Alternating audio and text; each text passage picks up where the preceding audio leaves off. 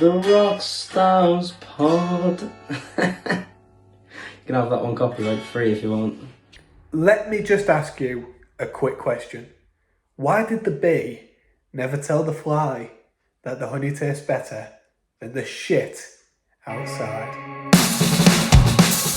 Why did the bee never tell the fly the honey tastes better than the shit outside? Why did the bee never tell the fly? That is the question you'll be asking yourself after listening to Jonny Ash's new single, Call The Hive, out now on all streaming services, just like basically all music is when it's released nowadays. So I don't know why I felt the need to add that bit, but nevertheless, we move. This is Dan, this is Rockstars. Welcome back if you're new here, welcome. It's great to see you. Why not like, why not subscribe? And if you've been here before, thanks for stopping by. It's great to see you. As I said, I'm Dan. I've brought in Dan from Jonny Ash, Bassist, who's going to be giving us some insight, some background into the song. But before we get into all that, I'm going to give you my thoughts on Call The Hive, like I said, which is out now.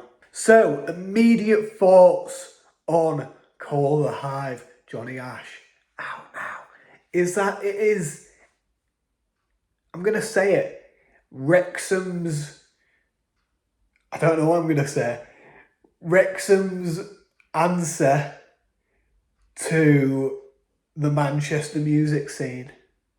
I have no idea what that means. Basically, if the Stone Roses were to come from Wrexham, they would be called Jonny Ash and they would be the four lads that are releasing music right now, because this track, the bass line throughout, the guitars, even the singing to a certain extent, it's so Stone Rosy, it hurts.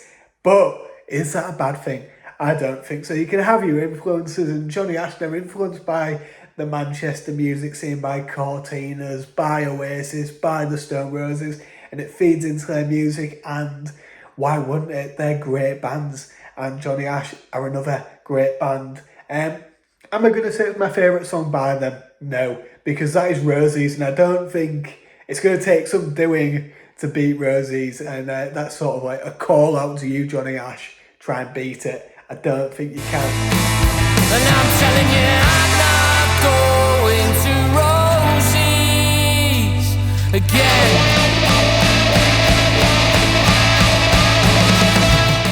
But Call The Hive, what I do like about Jonny Ash, other than the fact that I like the members, is that they are constantly changing and evolving, and excuse my work laptop, and trying something different.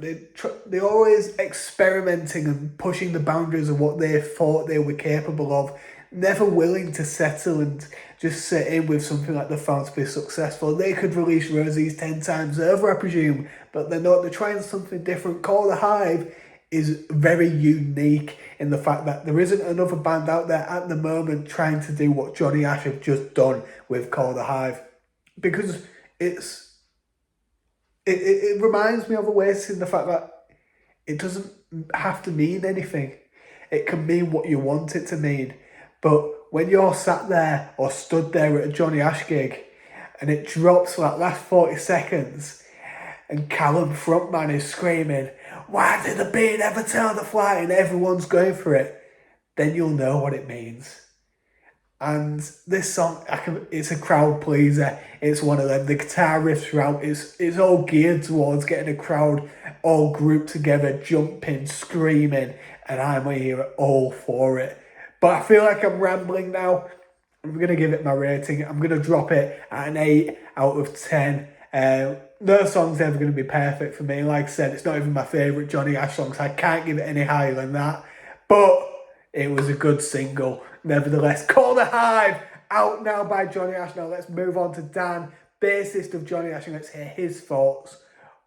Not his thoughts, let's hear his breakdown, and let's find out about the song. Take care. Hi, I'm Dan from Jonny Ash and I'm here to talk about our new single, Call The Hive. So we always joke that it's a song for both brain and booty. So it's one you can think about, but also one you can move to. I don't know what that was. Anyway, so how it came about was we knew we wanted to do something a little bit funkier with this song. and Pete started playing this riff on his guitar.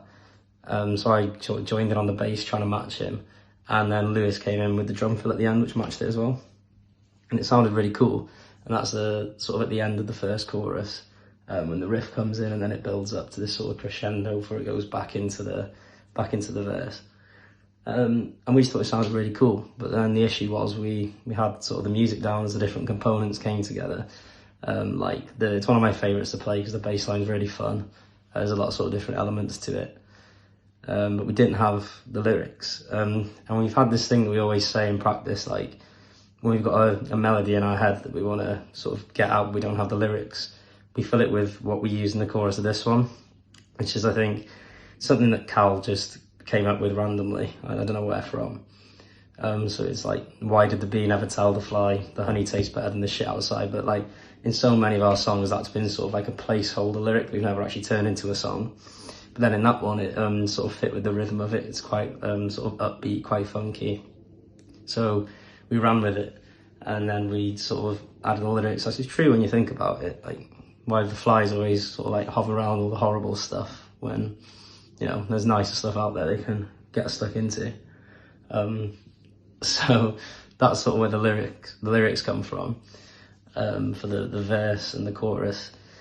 And then there's the breakdown towards the end, which I was listening to a lot of Paolo Nutini at the time, and particularly this one song off Caustic Love called Scream Funk My Life Up. And in that he has this really cool breakdown where he goes into sort of like a spoken word type rappy bit. So when we started jamming around, we were like, yeah, that could work. That's something that's really cool. But then Cal said he didn't want to do the rap because he doesn't see himself as a rapper. He doesn't sort of like listen to as much as it maybe I do. So then I had to do the rap. So then I don't really know where the lyrics came from. It was sort of what I turned up to the studio with is nothing similar to what we left with. Something like the first two lines are the same. And then we sort of just had this brainchild together, I guess, which sounds a little bit weird. And then, yeah, we got the rap down. And that's how the song came together, and we're really happy with it. It is something a little bit different for us, but I think it's something quite exciting, something that a lot of people can get their teeth stuck into. The basics of the riff, which Pete had, that we sort of built the song around, and he'll be annoyed that I'm doing this and not him, because I'll probably butcher it, but you can suck a fat one. It was like...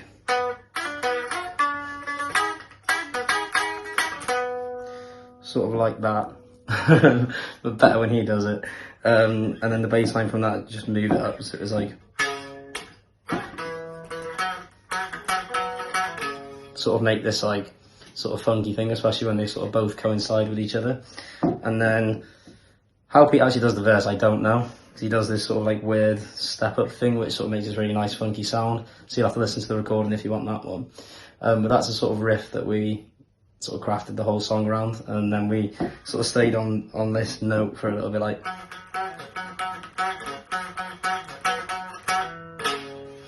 and then Lewis comes in on the drums to sort of match that fill. And when it all came together in practice, it sounded a lot better than it did me sort of sat in my dad's room playing it on a not plugged in guitar. But that's sort of the basic gist of that riff and how the song came about. Overall, I'll probably say it's the most... I don't want to say ambitious, because I don't like the way that sort of word sounds, especially in music, but it is probably the most sort of ambitious songs. Like, it's hard to say it without coming across as like stupid, but we took the most risks, sort of like by stepping outside what we usually do, and trying sort of some techniques that were sort of a bit hard to pull off. Maybe it took us a bit longer in the studio than they should have. But I think it sort of produced this nice, like, sort of late Stone Roses, early Red Hot Chili Peppers sort of vibe, but with a bit more sort of dance to it. So I hope you enjoy listening to it as much as we enjoy playing it. So yeah, just keep streaming it, let us know what you think about it, and hopefully we'll be in a city near you very soon. I don't know if that's the thing people say, but yeah, thanks.